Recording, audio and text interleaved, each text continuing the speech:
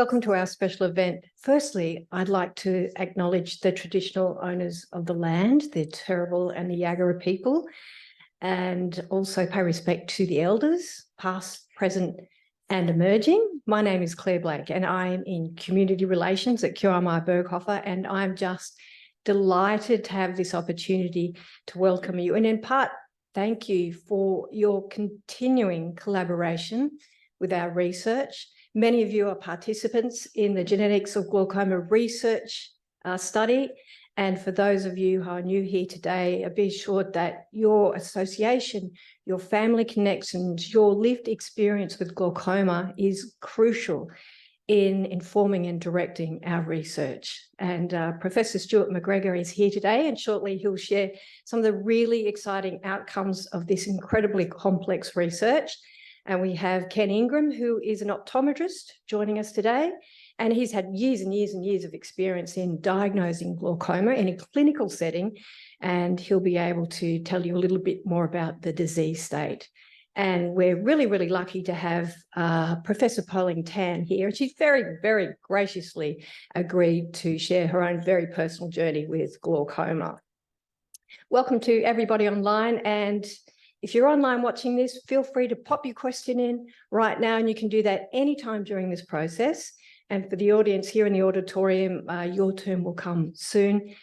Don't worry about taking notes. We are recording this event, and we will send you a link. You can revisit that at any time. You can share that with friends or family, and you can also give that to people who missed out. And thanks for coming. We know some people missed out. Such a busy time of year.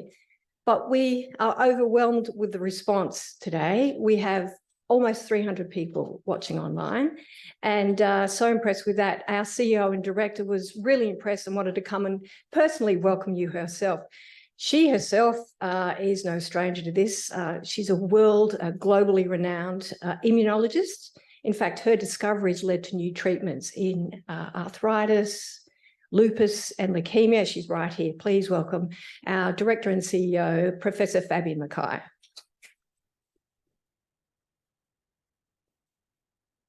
Good morning, everyone, and welcome to QIMR, and good morning to many of you online. So it's really very pleasing to see that so many of you joining us today.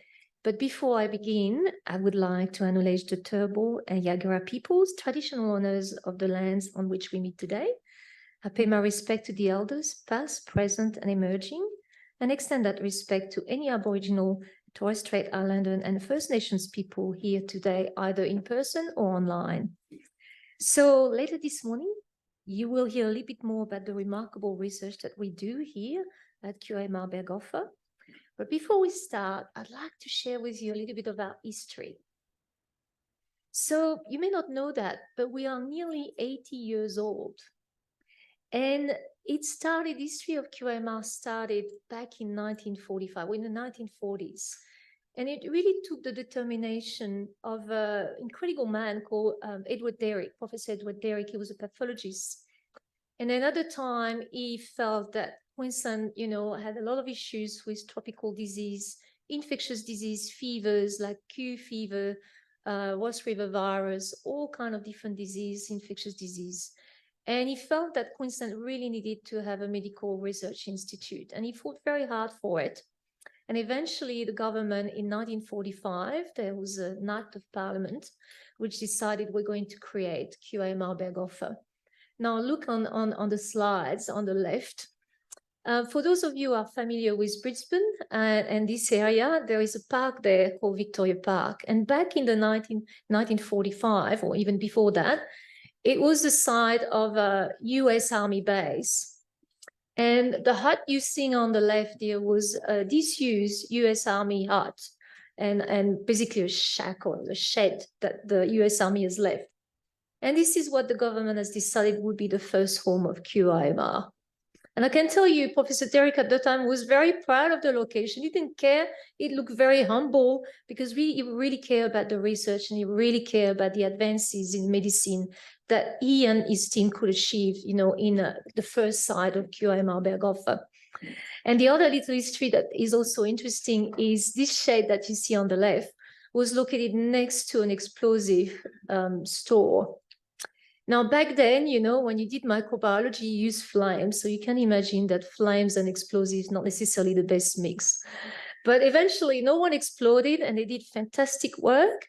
It was meant to be temporary, but it lasted 30 years until we had further facilities. And as you can see today, we have this magnificent facility with 3 towers of lab and incredible research. So we still work on infectious disease, and certainly, as you've seen with COVID, but also in Queensland with tropical health disease, it's a very important aspect of what we do.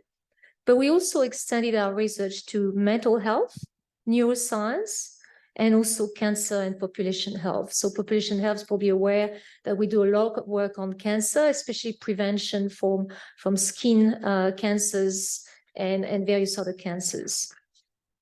So I know many of you here today are familiar with the work of one particular researcher, Professor Stuart MacGregor. Stuart and his teams are on the cusp of something truly remarkable: the delivery of a simple saliva-based genetic test that can predict a person's glaucoma risk. That's really, really important.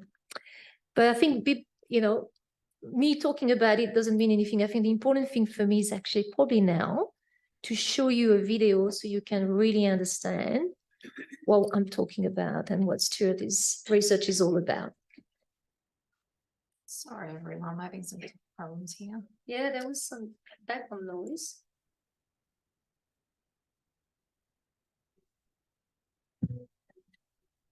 The idea of losing my sight just terrifies me, and I imagine that's the same for anyone. I knew a bit about glaucoma, but not much, but my experience of it was that mum lost vision fast. And suddenly it got out of hand. Now I've had some damage to the optic nerve, so now I can't drive. The idea of losing your sight is fearful. It impacts just every aspect of life, right? Of how do you do work, life, parenting, anything if you can't see. I actually don't know what the prognosis is at the moment, how treatable it is, or whether it's just going to continue until everything's gone. I really want to see their faces when they're 17. That would be really scary. I mean, you can see how delightful they are. Got a lot riding on me. I've got a family. I've got a lot to do, and the idea that within months I could lose my ability to drive, lose my ability to travel, or ability to work. Loss of independence for me is one of them. I think probably the biggest one. It's called the sneak thief of sight. Glaucoma is a condition that affects the optic nerve, usually through a process of high pressure, elevated pressure inside the eyeball, which affects the oxygenation or the perfusion of the optic nerve. So the nerve loses function over a period of time. It can be a very slow, insidious process. And typically it causes a loss of peripheral vision. So people's peripheral vision encroaches, but it's not until it's actually very advanced that people notice it. Their field of vision is so restricted, it's like they're looking through a tunnel. There are people now walking around who are losing their eyesight and haven't noticed yet. Most people would imagine that if you lose your vision, that's something you would notice. But your brain is very clever. You've got your eyes cover for each other. It's really difficult to be aware of the disease. Unfortunately, once the damage to the optic nerve has occurred, there's nothing that can be done about it. Glaucoma is the leading cause of irreversible blindness. There's about 300,000 Australians who have glaucoma, so that's about 3% of people over the age of 50. Half those people don't know they have the disease. What this appeal is going to fund is an interventional study where we're recruiting people with family history. We're giving them the genetic test, the big step, which is going to take this from an academic test to our test, which actually prevents blindness amongst Australians.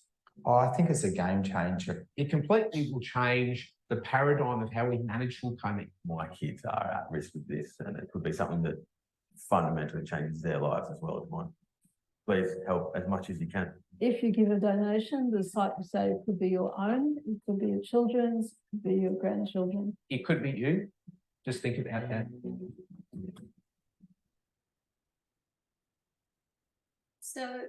So you can really appreciate from this video why actually we have made Stuart's research the focus of the Christmas appeal, because I think we truly believe in its potential to help save people's sight before it's too late. But as you know, Stuart and his team first need to conduct a large-scale trial to make the test widely available to those who really need it. As a charity, we rely on public awareness and critically donations to reach our full potential.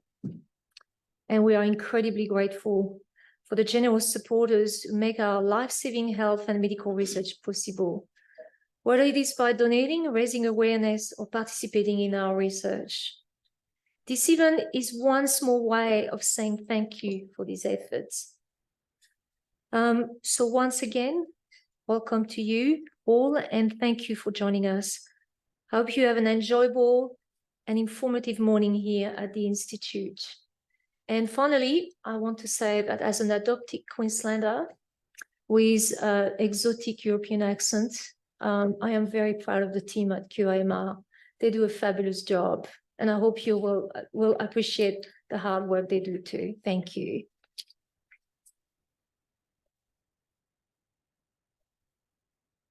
Thank you very much, Fabian.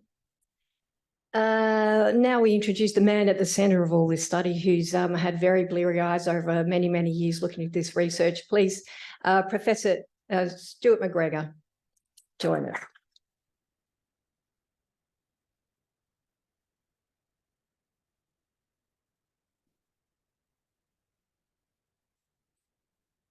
All right, thank you very much for the introduction. And thank you to all of you for attending. We really appreciate the support for the work that we're doing. We're very excited about the impact that we think this work can have in terms of preventing glaucoma in Australia. And so we're very grateful for your attendance today, for many of you being participants in our study, and for the financial support that you provide for our work, which we think will have a big impact on glaucoma in Australia. All right, so today I'm going to tell you a bit more about our genetic work. But first of all, I'm going to introduce a couple of special guests that we have. So we have Ken Ingram, who's an optometrist who's been a very big supporter of our work, and in recent months, Ken has been examining some of our participants, perhaps even some of you here, and so for our new study, and Ken's going to give you a bit of an introduction about the optometrist's view of glaucoma, about how you might be diagnosed with glaucoma, and how you might be treated, and how that works in practice. I'll also introduce Poh Ling Tan, who's been a volunteer and participant in our study for a few years now, and so she's been very kindly agreed to answer some questions and give you her experience of glaucoma. So I'll begin by introducing Ken. So Ken's going to tell us a bit about glaucoma, and then after that, I'll tell you a bit about our genetic work. Great. Thanks very much for coming, Ken.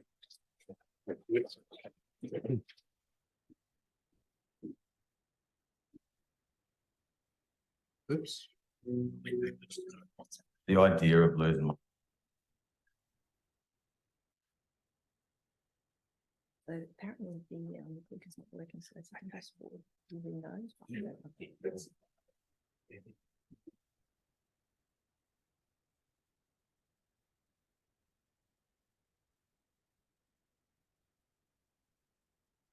Perfect. Look, thank you very much for having me here, and I'd like to particularly thank the whole QIMR team who've made me feel very welcome, and for the opportunity to just make a small contribution to this research.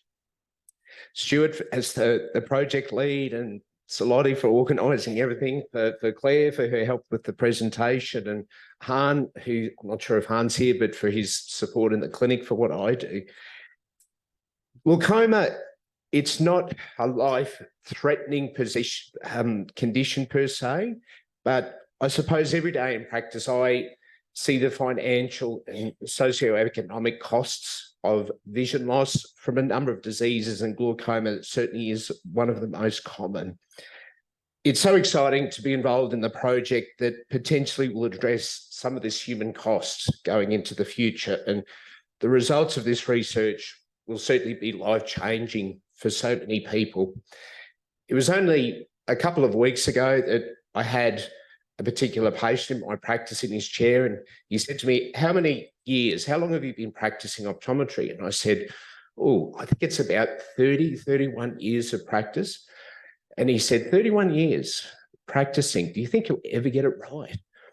And I think, I know it was tongue in cheek, but he raised a good point, because with a lot of what we do, no matter what our occupation and vocation, the moment we think we know it all, the moment we think we've got it completely right, I think our occupations have a habit of coming back and biting us. And I think it's the same with glaucoma. Glaucoma is, even in the 30 years or so since I graduated, how we think about glaucoma, how we diagnose it, how we treat it has just changed so exponentially.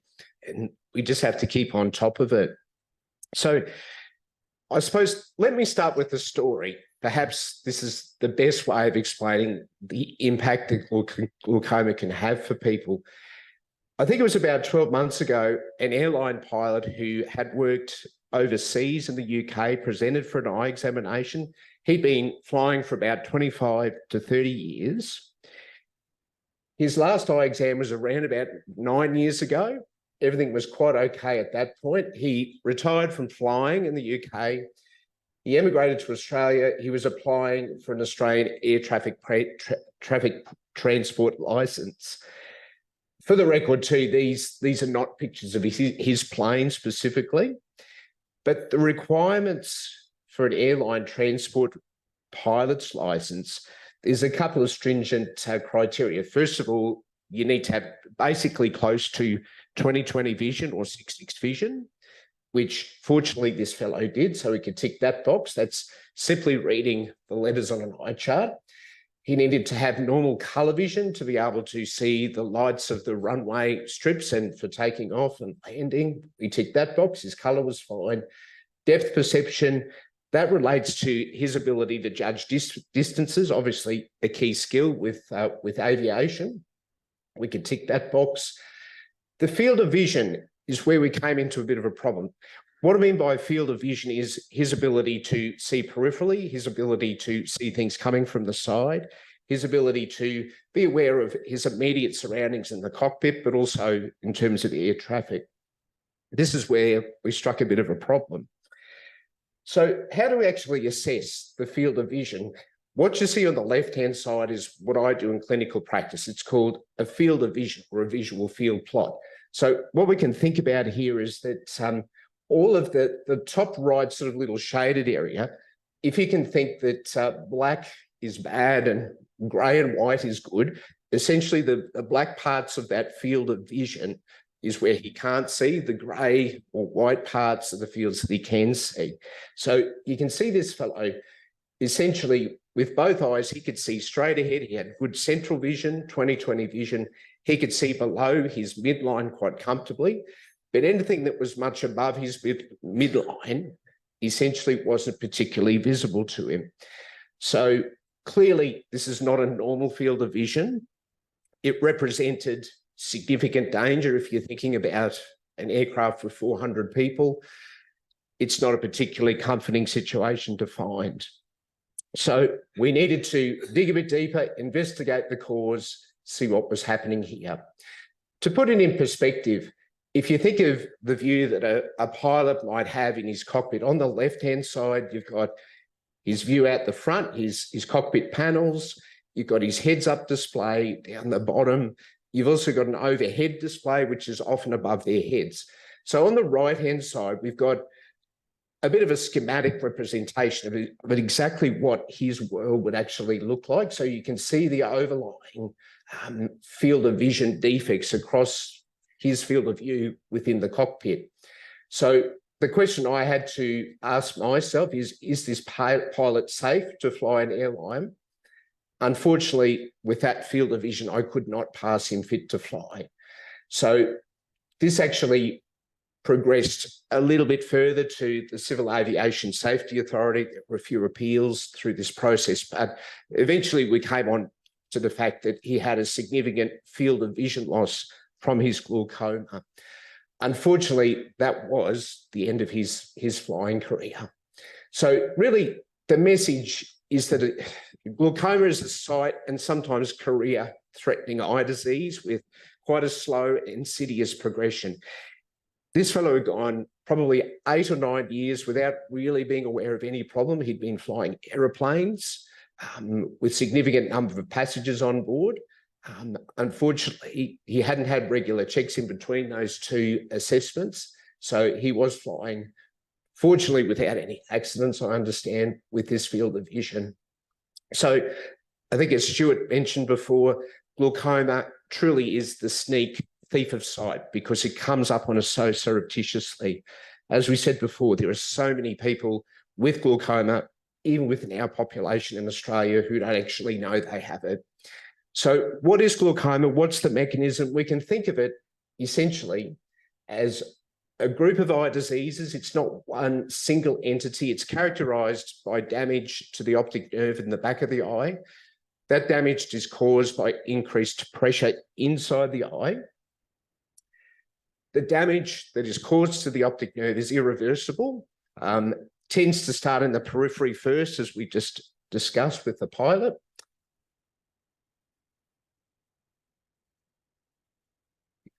Press the wrong button there. Okay. Some of the statistics which we've touched on, over 300,000 within our population have it. Certainly early detection and adherence to treatment is actually absolutely vital. For that very reason, the fact that it can slip through the cracks so easily. Hereditary, there's up to a 10-time risk of developing glaucoma if you have a blood relative or a close relative with the condition.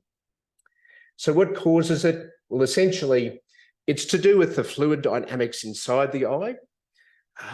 We can actually get high pressure within the eye and not have glaucoma. So there can be optic nerves that are not damaged for a variety of reasons, even in the presence of high pressure.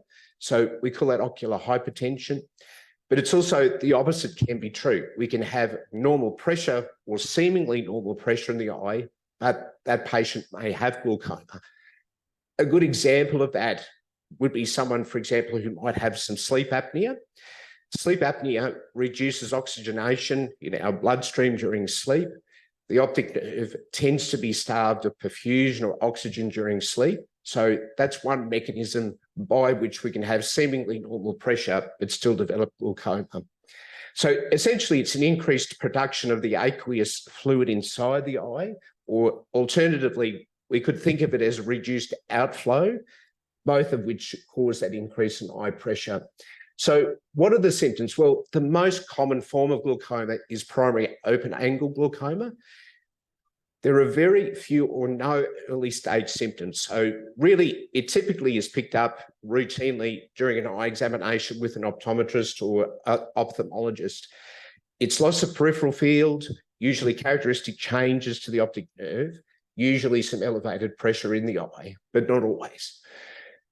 A rarer form of glaucoma is called acute angle closure glaucoma. This is where some of the little drainage ducts between the cornea and the iris are so narrow that there's an occlusion mechanism.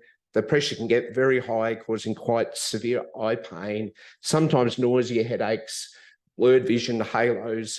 Usually these people self-present for care because they're kind of in a world of pain. Who's at risk? As we mentioned, family history. That's a big, big one, and really the focus, I think, of a lot of what Stuart's doing. Elevated pressure, aging, African or Asian ethnicity increases our risk. Diabetes, complications from diabetes can be associated with glaucoma. Very high prescriptions, if you're very long or very short-sighted, that's a risk factor. Sometimes injuries to the eye, physical trauma. People who've been on long-term cortisone or usually oral steroids for a length of time, usually for autoimmune conditions, can have a higher risk. Also sleep apnea, as I mentioned. So some of the things clinically that I look at, obviously I measure pressure. I look at if that angle at the front of the eye is open or closed. I have a careful assessment of the optic nerve, which is the little orange picture in the center. Usually, if there's damage to the nerve, it will have a characteristic sort of cupped out or very pale appearance. And also the visual fields on the right-hand side, which we've discussed previously. How is it treated? Well, there is no cure. Really, the treatments are aimed at reducing the pressure in the eye. The pressure is really the one modifiable risk factor that we have to work with.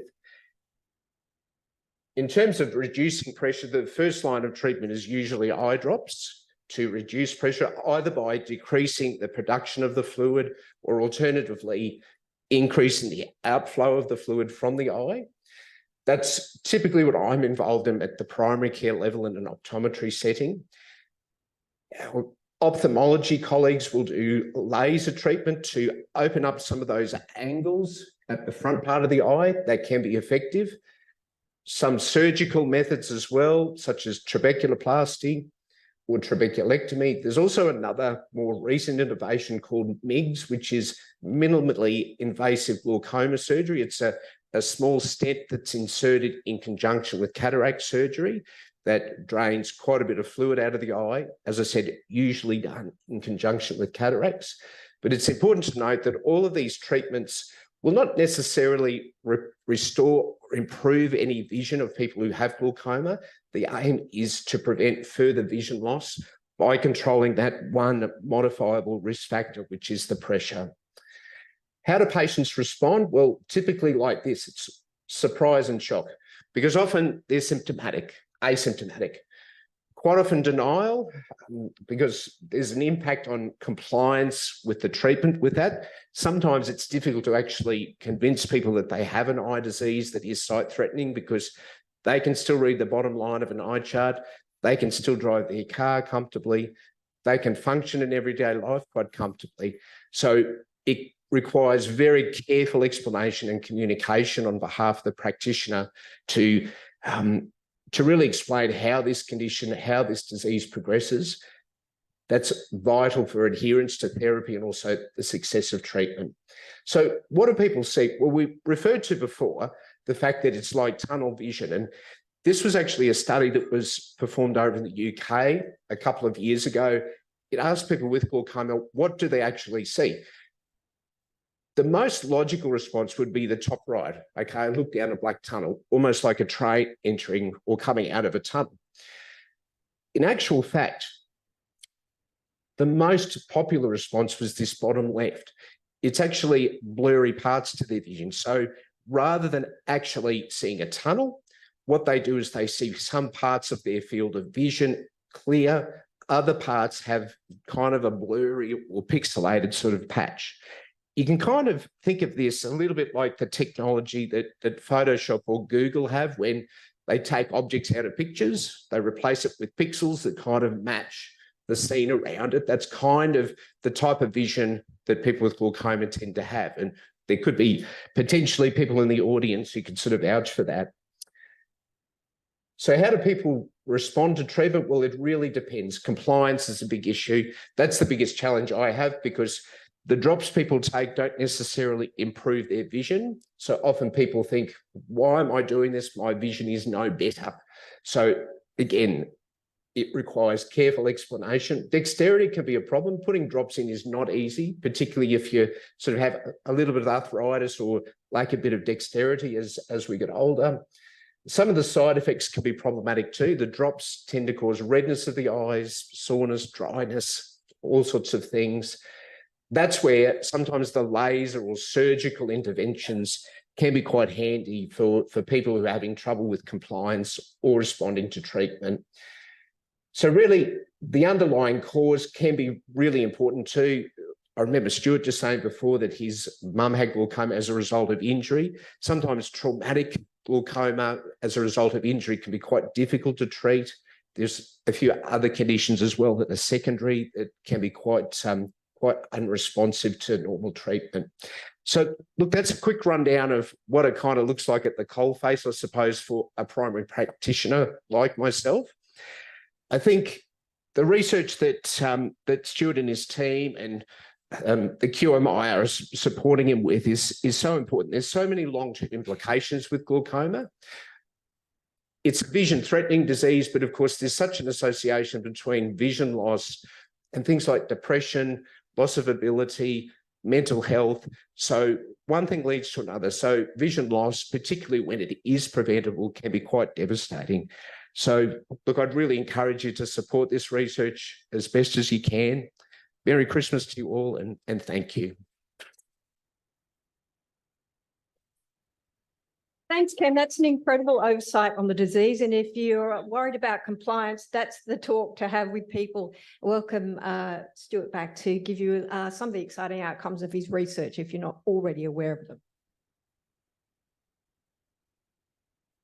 Yeah, just, the clicker's not working.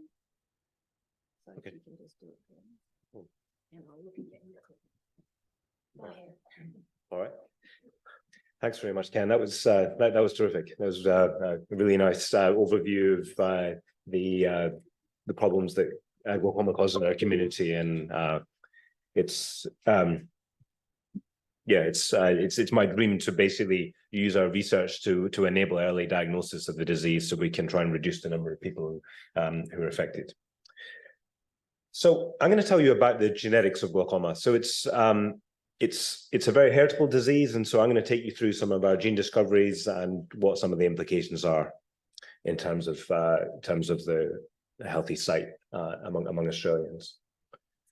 So I'm going to give you some background. I'll tell you a bit about the timeline of our discoveries in glaucoma genetics.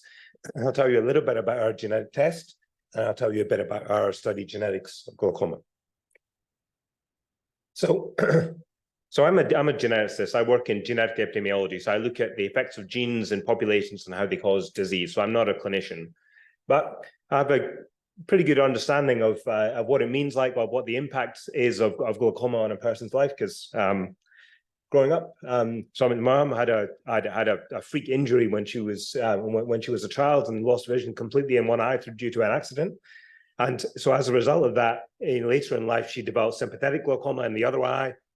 And so that's been made life very challenging for her. I've got a good idea of terms of, so she took eye drops throughout her life from age 12.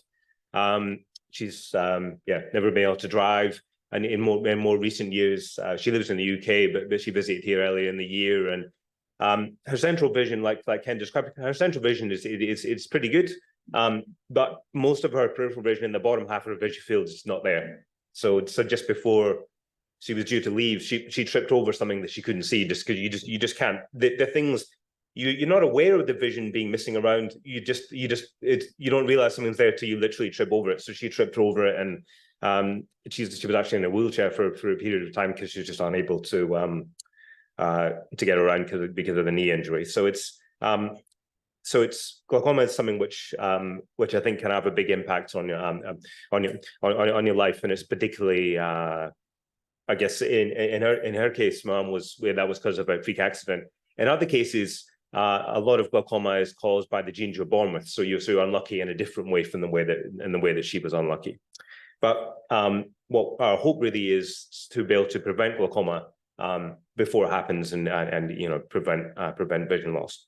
So I'll just briefly tell you. So this covers some of the same material that Ken covered, but just to make sure we're on the same page. Glaucoma is the leading cause of irreversible blindness in Australia. Our research focuses primarily on primary open-angle glaucoma, although we recruit glaucomas of all types into our study. It's a progressive loss of vision. You get damage to the optic nerve, normally, but not always, through increase of pressure within the eye. Some of you who are perhaps at risk of glaucoma or have glaucoma will be familiar with the regular eye pressure tests. Some of the imaging that we use to try and assess whether there's damage to your optic nerve.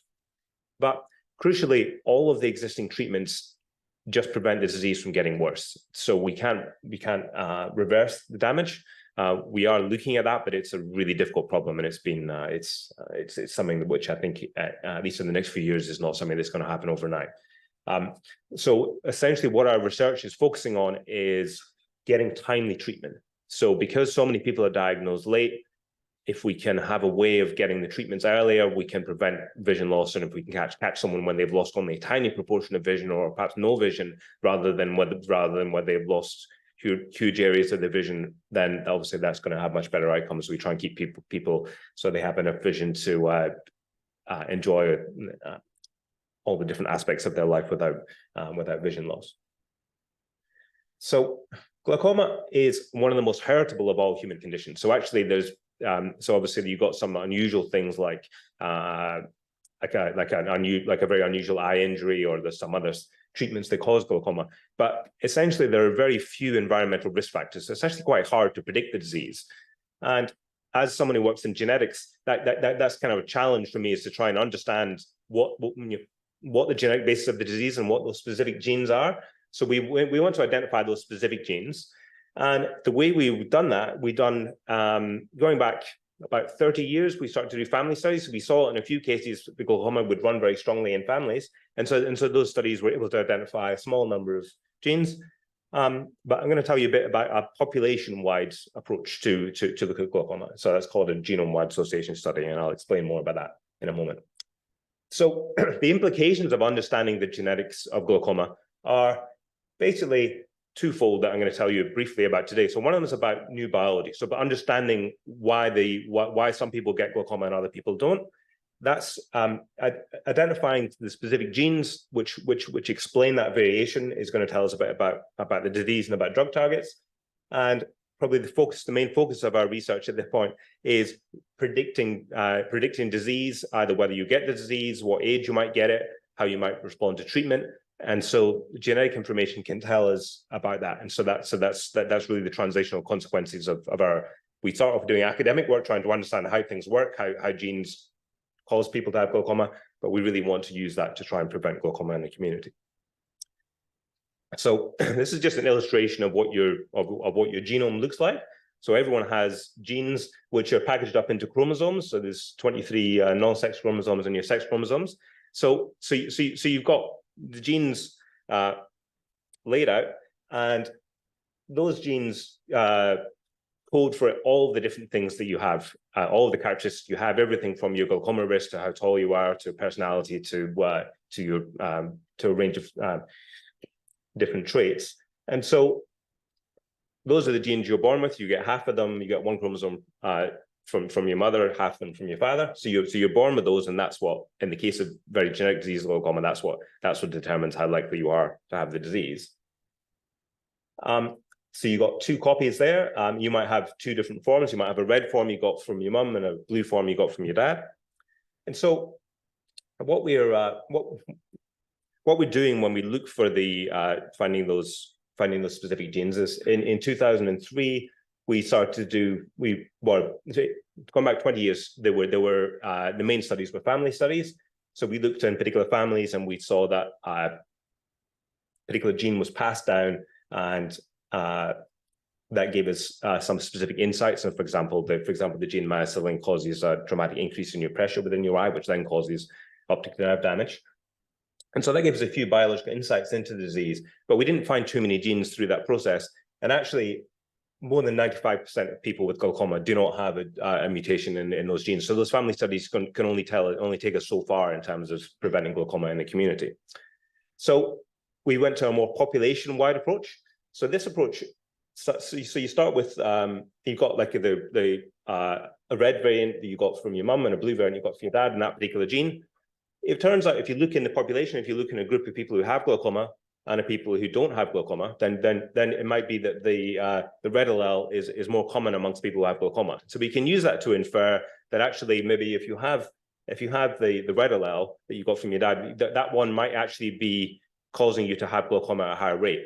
The effect is probably relatively small, and in fact, in all the practical cases that we have, you might only have maybe a 20% or 30% increase in risk as a result of that single gene. But that's just one position on your genome. That's just one gene that you have. In practice, we do this genome-wide. So we look at this approach, we look at all of the genes you have, and we try and work out what all of them do. So in effect, instead of doing one test, we actually do 10 million tests across your genome, and that enables us to understand what all of the genes do. And so this process really started in earnest about 2006 when the technology became available to do these sort of studies. And the first studies, there's a little lollipop there. that's indicating the first successful study of this type. That one's for macular degeneration, so an eye disease, and so they were able to show that if you get that particular variant and you inherit it from one of your parents, your risk might be approximately doubled for macular degeneration.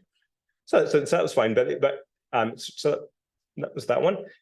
Moving forward 3 years to 2009, we've got some more associations for a range of different diseases. So we're mapping and working out, well, actually, if you carry this particular gene variant, you're more likely to get macular degeneration, or some of these are glaucoma genes. Some of them are genes for other traits like cancer or heart disease. And so by 2009, we started to get a few genes. We found one gene in 2009, another two in 2011. Winding forward in another 3 years, we're starting to get more of a picture of how much knowledge there is about what particular genetic variants do in terms of changing your disease risk. Another 3 years forward, we've got more of them. So by 2018, we were doing consortia level studies. So we formed the International Glaucoma Genetics Consortium. So that's groups from around the world who are interested in glaucoma genetics to get large sample sizes to do large scale studies. We started to identify dozens of genes. Nearly all diseases have associations, so we can understand much better what each specific gene does in terms of what diseases you might get as you age. And this enables us to start to do some early prediction work. So early work of saying, well, actually, if we know this person has this gene, what does that mean for their risk? But that was quite early, and the implications were not at the point where we could use it on patients yet. By 2018, we've got a very large number of genes.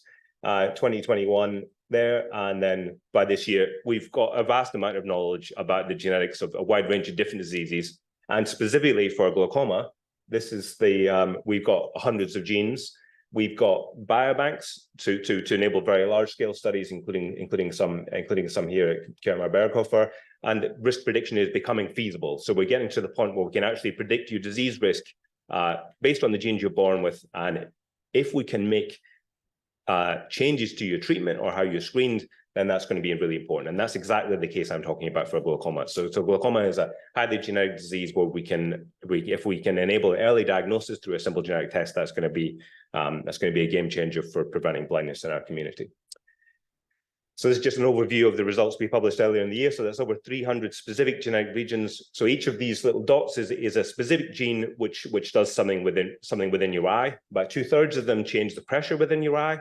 Excitingly, about 1/3 of those genes change the robustness of your optic nerve. So they change how well your optic nerve can withstand pressure within the eye, which is extremely exciting because some of those are basically what are called new drug targets for preventing glaucoma.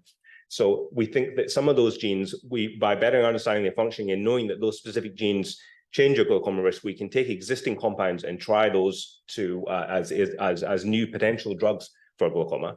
So that's what I'm saying. So that work is not ready to use in patients yet, and that's going to be years away because this is such a difficult problem. But by identifying, in this case, dozens of exciting new targets for what's called neuroprotection, so protecting your optic nerve against damage, that's exciting.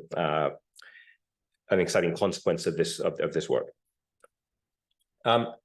The other consequence is a simple genetic risk score. So I showed you hundreds of genes which we have identified, which explain why some people get glaucoma and others don't. And what we've done is we've assembled those in an easy-to-use genetic test. This test assays thousands of genes across your genome, and we have a computational pipeline which puts all those together and provides a simple test of your glaucoma risk. So you do a simple saliva test, and you get a score. So this score basically tells you about how much higher your risk is compared to other people.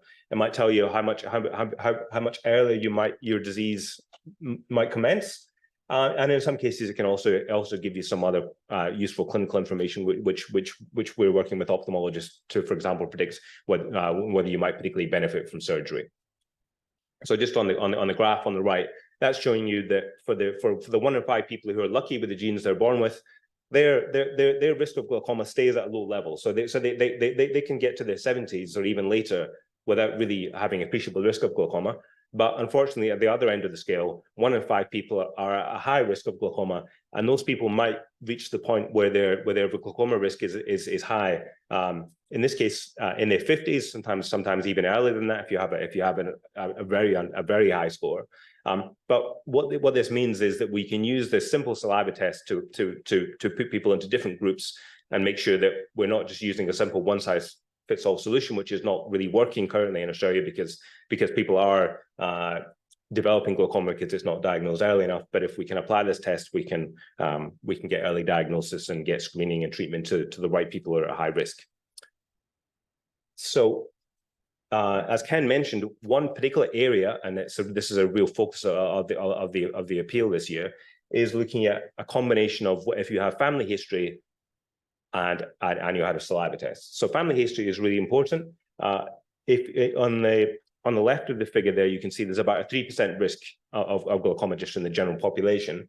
If you have a family history, so in that case, if your mother or your father or you have a sibling with glaucoma, your risk goes up dramatically, so between 15 and 20%. So, but that's just on average. That just says that so about 10% of people in Australia have a family history of the disease. So for those 10% of people, the average risk is quite high. But average risk is not helps us to some degree in terms of screening. But what's really interesting from the new saliva test is that basically if we take the top 20% of people based on the saliva test and family history, their risk is 1 in 3, so over 30%. Whereas there's some people who are actually born with family history, so they might have it from one side of the family, but actually they're lucky with the genes they inherited perhaps from the other side of the family, and that good luck counteracts the bad luck. And so actually their risk might be similar to people in the general population. So some people with family history may not need to worry as much. But on the other hand, people in the high-risk group really need to take care, have their eyes checked more regularly. As Ken mentioned, things like eye drop adherence are a big issue.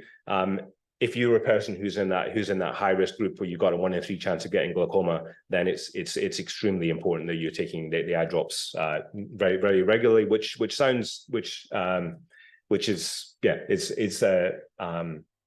It's an ongoing problem in the community of making sure that people take the right treatment. And so this test will help both with screening and we think with eye drop adherence. And so to help gain greater insights into the genetics of glaucoma, we've recruited over 6,000 people over the last few years. So that's people both with glaucoma and people who have family history of disease. And so we have had a great response from the community. The vast majority of those people have done a saliva test, and so we're using that to better understand the disease.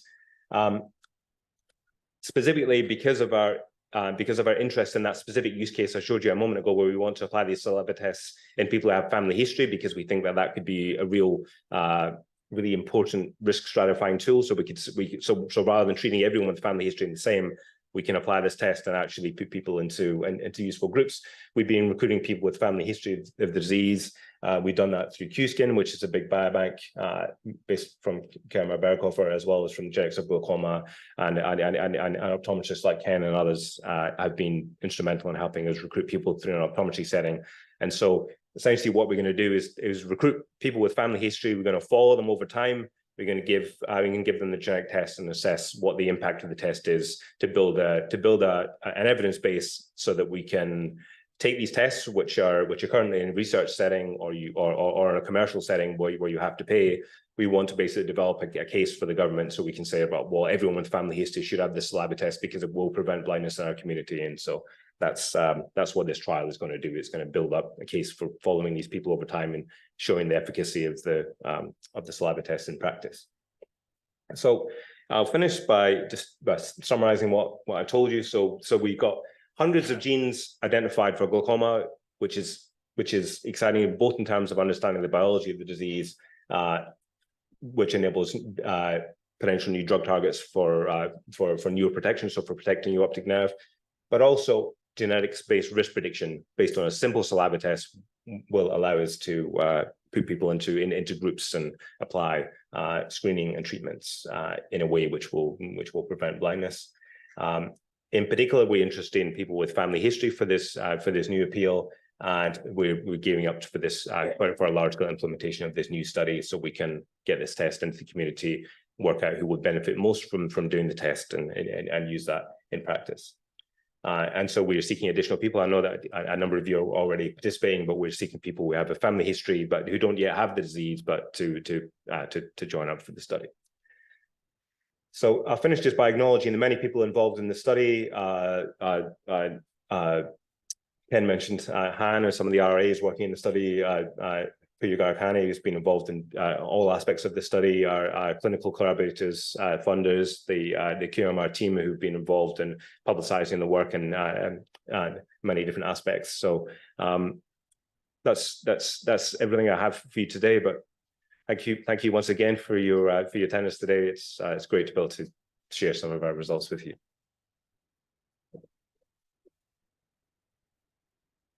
Thank you so much, Stuart. Your opportunity to ask questions is coming very shortly. I'd just like to ask Poh Ling Tan, Professor, would you mind taking a seat? Poh Ling Tan has been living with glaucoma, has an interesting story, and a couple of questions that we'd like to ask you before you get your opportunity. So Poh Ling, how and when were you diagnosed with glaucoma? Thanks, Sean. It's lovely to see so many people here. It's I thought something that I think that 300 people would sign up. I was in my 40s. Just have to put that really close to your mouth, Poh Ling. Thanks. Good morning again. I was in my 40s, midway through my PhD. So using my eyes a lot, reading all the time, day and night. And one evening when I was driving, I saw flashing lights. And I thought, oh my goodness, what's going on? Now, I know I have a family history of glaucoma. My grandmother was blind. My mother has glaucoma. It's from my maternal side. My brother, when I was in my 40s, I had my brother, 2 years younger than me. He had already been diagnosed with glaucoma and had suffered significant loss of vision. So I knew I needed to get it investigated. So I got myself to an ophthalmologist and was tested. So the ophthalmologist kept me under close observation for 8 to 9 years. But I had field tests, but no imaging, and he did not prescribe drops. So from memory, I recall my eye pressures were about 20, sometimes even 22, 23, 24. Okay, but I was ignorant of the fact that I knew I was susceptible to glaucoma, and I thought I'd done everything I could because I was going to a well-known ophthalmologist. So I saw him every 6 months, sometimes a year, if he said, okay, come back next year. And that was that until 2005, when I was in my 50s, just turned 50, I changed jobs and moved to the Gold Coast. Now, after about a year, I thought I better find a new ophthalmologist and get tested. And lo and behold, I had imaging which showed my optic nerve had been damaged. And that person said, go on drops immediately. I said, what? I've been under observation for, between 7 to 9 years. And now you're telling me I've got glaucoma? He says, yes. So I was on drops. And there had already been damage to my right eye. I can't imagine the impact that must have had. I was shocked, like anybody else, with this news, and I was angry. I was so angry. I considered suing the first ophthalmologist for medical negligence, but I knew it was so hard to build a case. And I'm a lawyer. Okay, I'm not going to tell you his name because I may be sued for defamation, but I was so angry. But nothing can bring back my sight. Okay, so when I moved back to Brisbane from the Gold Coast, I found someone new and continued with treatment. That affected everything though, already your hobbies, and you relied on good eyesight at that stage for your career. I wouldn't say it affected everything. Thank God I have a very good left eye, which is unaffected. It's got high pressures, but is well managed. So I'm very thankful for my near perfect, you can't tell, near perfect vision in my left eye. But my right eye vision is impacted and has deteriorated over the years. So the treatments I've had, as Ken mentioned, eye drops, I am religious about my eye drops. I'm not one of those, I go in and they ask me, when did you put my eye drops? I say, always 10, 11 o'clock at night. Why do you keep asking me? She said, and the assistant says, oh, lots of people don't put their eye drops. I said, no, I do it every night. So eye drops, which worked for a long while and then didn't work. So I had laser treatment. I had 2 rounds of laser treatment, once in my 50s, once in my 60s.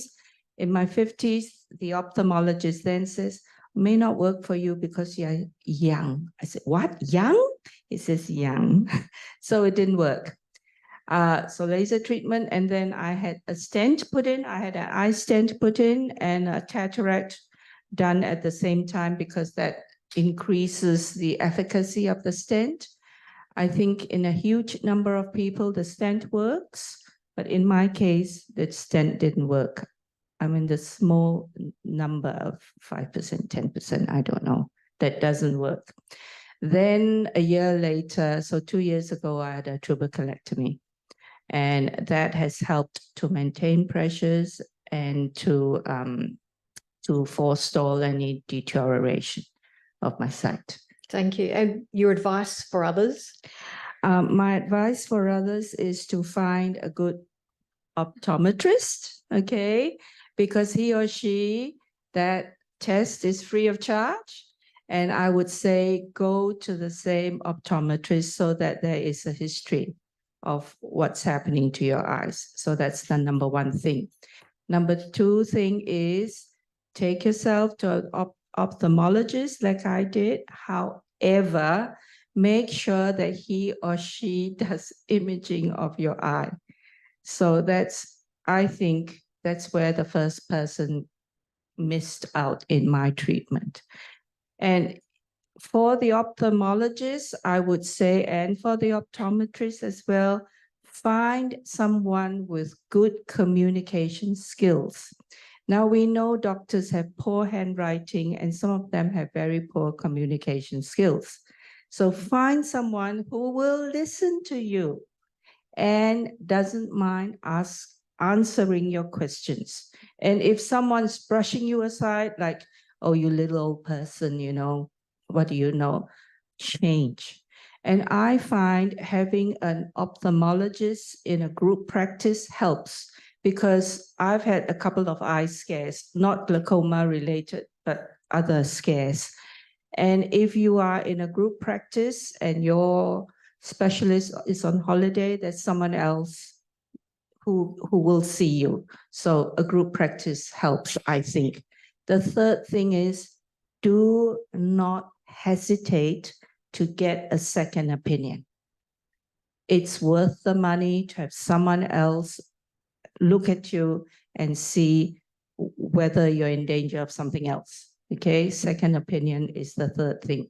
The fourth thing is, I would say, support this research. I'm not asking you to donate. I'm just saying recruit people. My daughter at 30, when she was in her 30s, was diagnosed with glaucoma. She's got 2 little kids. You know, I'd be very keen to see a test that could determine what their chances are. So Thank you, those are my tips. They are great insights and great advice, and a couple of people who are definitely not afraid to answer the questions. Would you mind taking a seat, Stuart, and also Ken? People in the audience, if you'd like to ask a question, just put your hand up and the microphone will come to you. People online, you can put the questions in.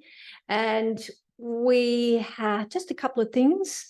Obviously, Personal medical advice is for the confidential setting of your own private practitioner who has a full record, but go ahead and ask questions. Nia, my colleague, has a microphone and I can see a couple of questions down the front there.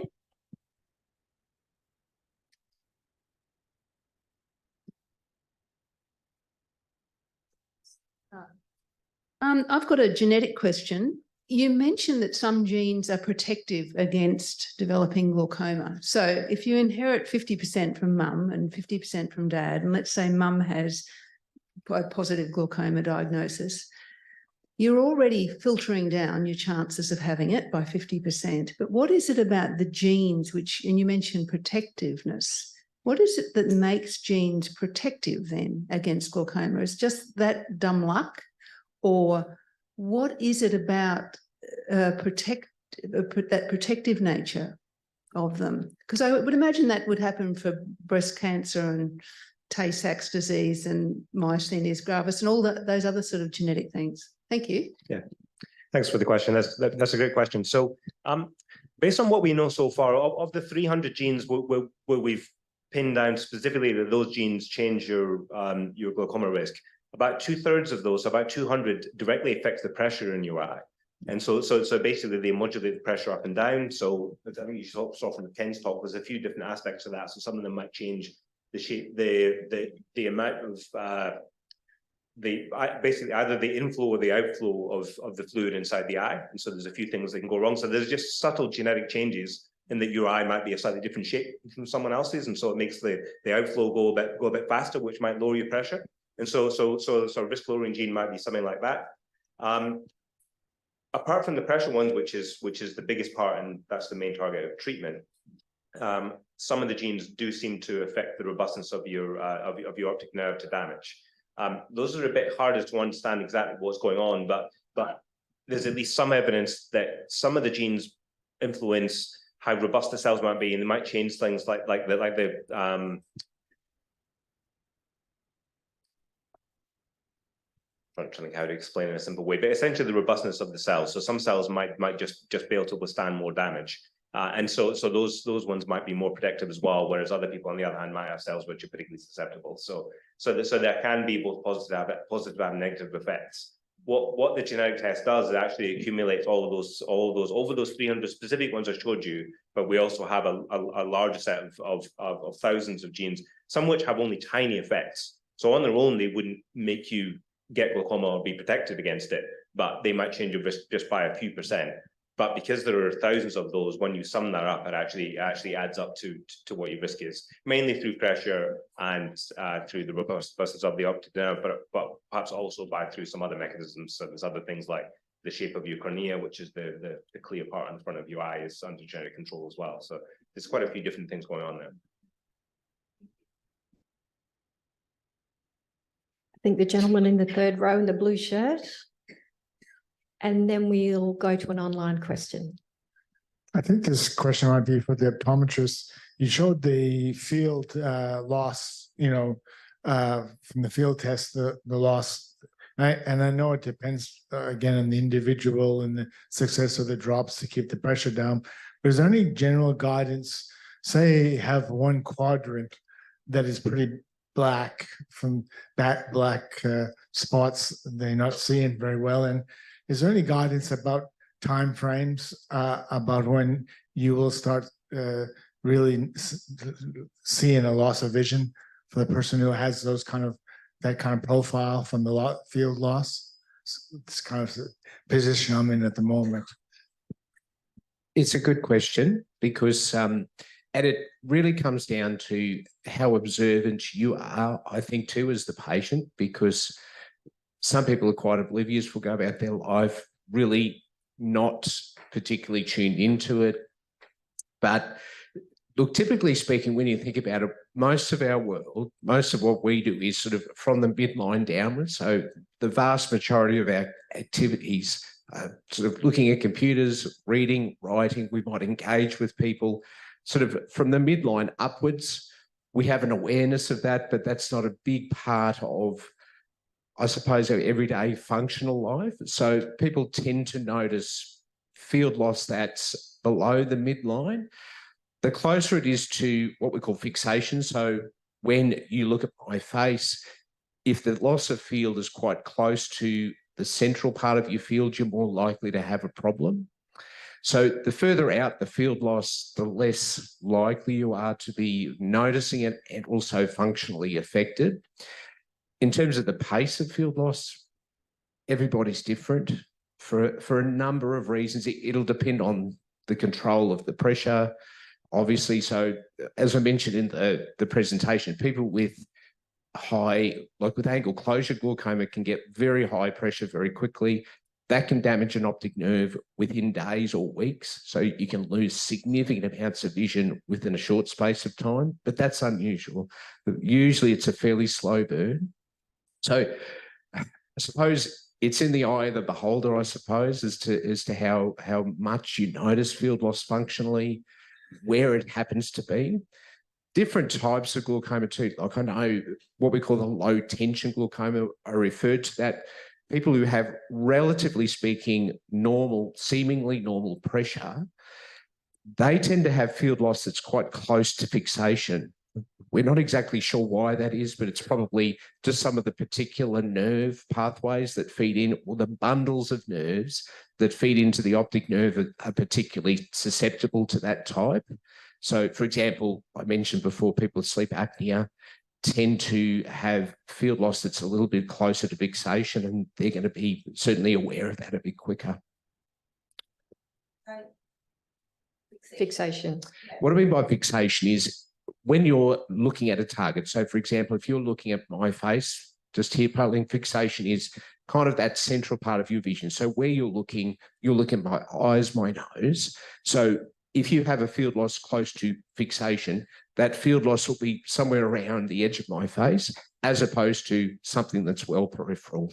Okay, so sorry about being a little bit vague about that. Fixation is close to your central field of vision. Okay. An online question, and this is for who? This is from an anonymous attendee.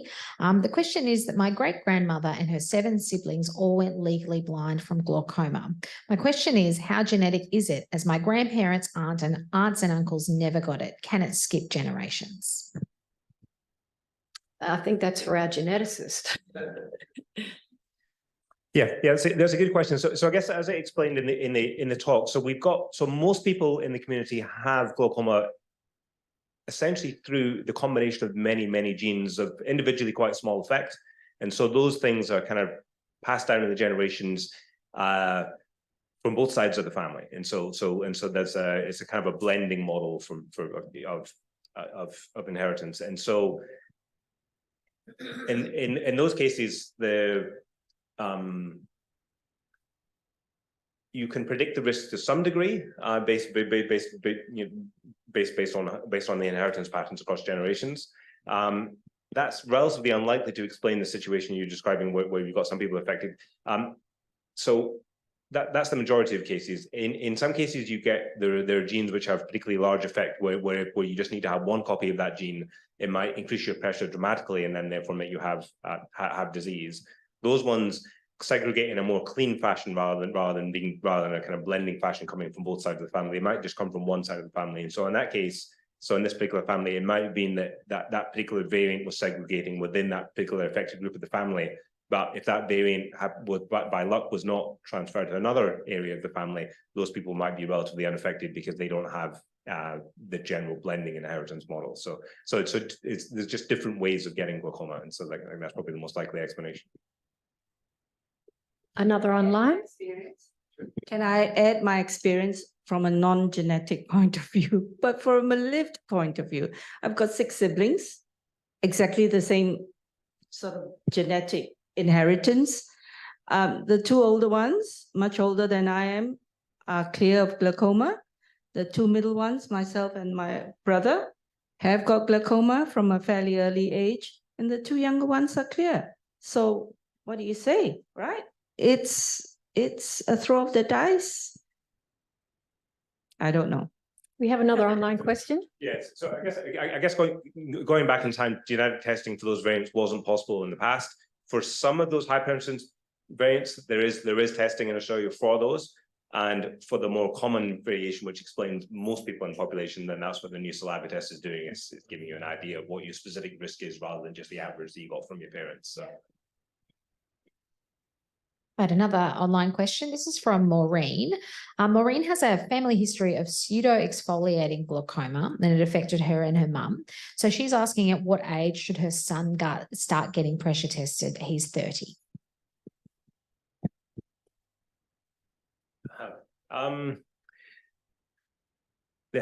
The standard advice is from age 40 for if you have a family history of that type. Exfoliation glaucoma is a little bit different to other forms, but it's still quite strongly genetic. There's some interesting, depending exactly where you come from, there's some variants of very large effect which are in people of Scandinavian ancestry, and so there's some specific cases there. I would certainly say, regardless of the specific guidelines, if you're concerned, it's easier to go along and get your eyes checked to get peace of mind. I would certainly recommend that for certainly someone at age 30, even if technically they're below the level of it. I think peace of mind is worth it. I think we've got time for a couple more questions. And of course, we will be able to have a quick chat outside the auditorium afterwards for those that are in the building. A question over here. Just wait till the mic gets to you so the online people can hear. My question is, has there been any study related to migraines to do with like onset and increase of risk perhaps with glaucoma and the damage to the optic nerve? It's an interesting question. We have looked for comorbidities with glaucoma with a range of other diseases, and there are some overlaps in some of the genes which predispose you to glaucoma slightly increase or slightly change your risk of macular degeneration. There are some links to diabetes. I'm not aware of any that I can remember in terms of the ones we've had looking at migraine. I guess you're thinking particularly about some of the visual disturbances, and so you could see there might be some connections there. I'm not aware of any strong connections, but yeah, it's an interesting question. Yeah, Thanks, Stuart. I'm aware that we are running a little bit over time, so if you do need to leave to go at another appointment, you can just leave and we won't take it personally. We have a question up the back there, is that right? Thanks, Nia. Hi, I just wanted to ask about the saliva test. So I have glaucoma. I was diagnosed about 10 years ago. My father had it, and interestingly, he was a World War II pilot, and he was a Qantas pilot for a while. God knows whether he was flying around he was quite young. And I don't know about my great-grandparents, but I have a son who lives in the UK and a daughter who lives in Greece, and they're both in their 40s.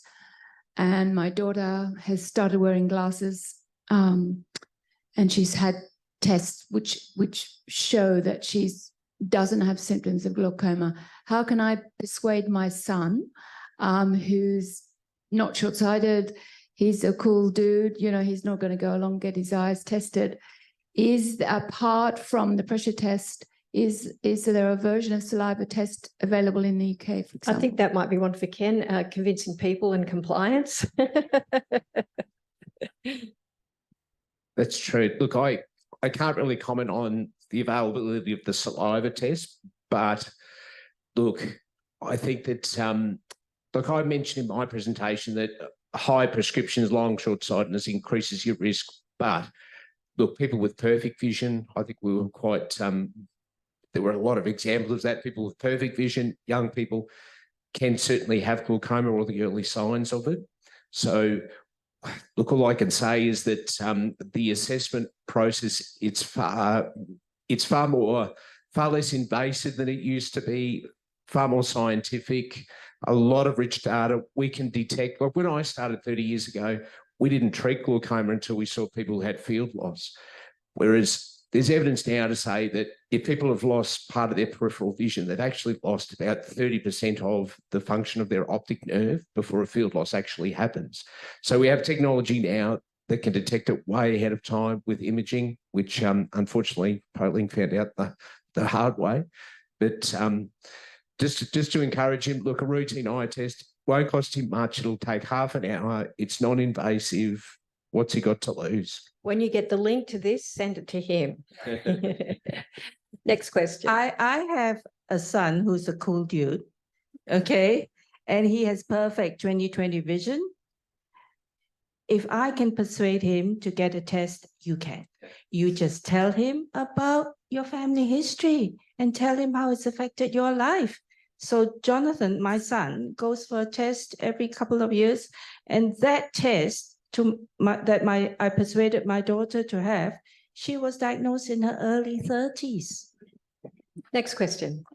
Just quick one. How often you recommend for people who have glaucoma in their family to go and get the eyes checked? Like, because in a year a lot happen, and when I go and get my eye checked, the doctor will say, you can come back in a couple of years or a year. So I find that lack of time that we go can be like not good in case you have family history. Thank you. I think if there's a strong family history, if there's close blood relatives, we've shown pretty convincingly here that your risk is significantly increased. So look, you're quite right, a lot can happen in 2 years. I would be more comfortable with 12 months. If there's other risk factors that are discovered as part of the examination, whatever that looks like, whether that's high pressure or suspicious optic nerves or the start of field loss, well, that probably needs to be 6 months, maybe 3 months. So each case is different, but I would say family history, 12 months. Yes, we have another audience question just behind you, Jana. Thank you. So I've got a very worrying problem. I had in March this year, I had glaucoma and cataract, and I had just a little closer with the mic if you wouldn't. Thank you. I had the stent put in, and 3 days later, my eye was all red and itchy, and my face, all that side. And I went back to the surgeon. He said it was an allergy. So he changed the drops, and altogether I had a change of 4 different drops, and the last one was preservative-free, which caused extreme pain in the eye. And then, so when it all settled down, I went to an immunologist, is that correct, to have them tested. So they tested all of those drops plus the injection the doctor had used, and they all came back clear. And now I'm still waiting the surgeon's happy to do the next one, but I'm too frightened to have it. I felt as though I aged about 100 years with all the... Yeah, that sounds like a very scary situation. Maybe we can have a quick chat to you afterwards. I'd appreciate that. Because that's certainly personal medical advice, but I appreciate your situation. Maybe you can have a chat to Ken a little bit later on. Thank you so much. We have another question from online.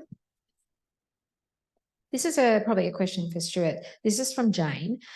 She's asked, will my children having the test affect their health insurance premiums? Yeah, it's a good question. So currently there's a moratorium on use of genetic tests in insurance. There is, which has some specific conditions on the amount, I can't remember the exact figure. There's a figure on how much you can have. And so that's something that's been evolving over time. So currently there are not implications major implications in terms of insurance, but it's something that's developing over time. I guess from the point of view of medical research trying to develop more effective treatments, then obviously we're trying to make sure that moratorium continues and moves forward so that this research can have an impact without putting people off from getting these. So, is that was just for the online people, Stuart? So was that all unclear? No. Just the last part. We do have plenty of people online with questions. We'll try to get through as many as we can. We really appreciate the questions because, as I said before, this does inform and direct our research in the future, and we'll collate all these questions as well. Go ahead. This is from Sue. Sue has glaucoma. She's had laser, and I'm going to pronounce this wrong, 2 trabeculectomies. Yep. Her grandfather was blind with glaucoma. She's asking, has there been any correlation with chemotherapy and glaucoma as she's had chemotherapy?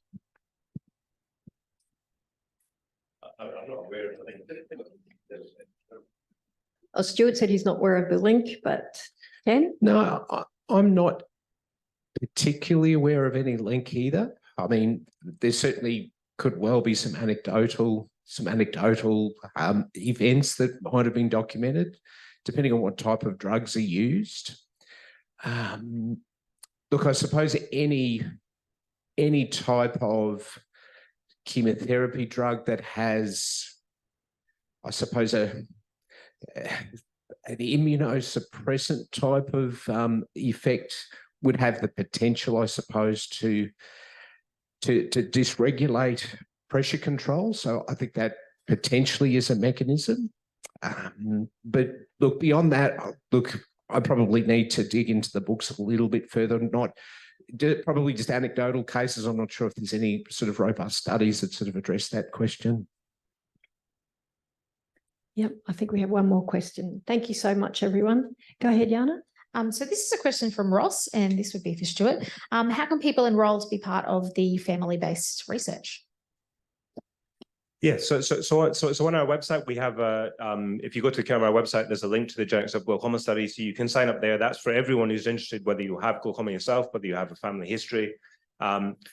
For people who are eligible for this specific trial, which I described, we're following people over time. There's particular eligibility requirements, and so if people are interested, sign up through the genetics of glaucoma study, and we'll get in contact with you if you're eligible to be in the study. And yeah, it'd be terrific to get more people involved to drive the research along. Thank you. Thank you, Stuart. It's been absolutely fantastic to have access to people on the edge of research, and Ken, your expertise and years of experience in diagnosing and treating glaucoma, and also Poh Ling Tan, thank you so much. Your experience and advice was so beautiful and on point. I'd like to thank all three of them for being here today. Thank you so much. And of course, this is all about you. Thanks for joining us here, and thanks for joining us online. I know despite the research being incredibly complicated, and you can see it's a very complicated and complex disease, but it's really just one goal, isn't it, Stuart? That is the journey to have nobody ever lose vision due to glaucoma. So please come and help support us and continue to collaborate with us on that goal in the future.